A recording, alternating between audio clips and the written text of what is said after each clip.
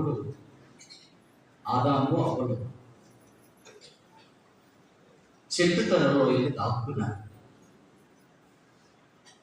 దేవుడు ఆదామా అని పిలిచాడు. ఆదామా అని పిలిచినప్పుడు దేవుని ముందుండి సంతోషంగా దేవుని మాట వినేటువంటి ఆదాము కనబడలేదు. ఆ రోజు ఆయన కనబడలేదు. ఎక్కడున్నాడో దేవుడికి తెలుసు.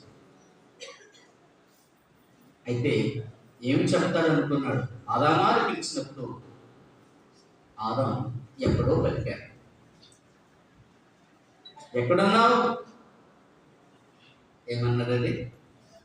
ఎక్కడున్నావు?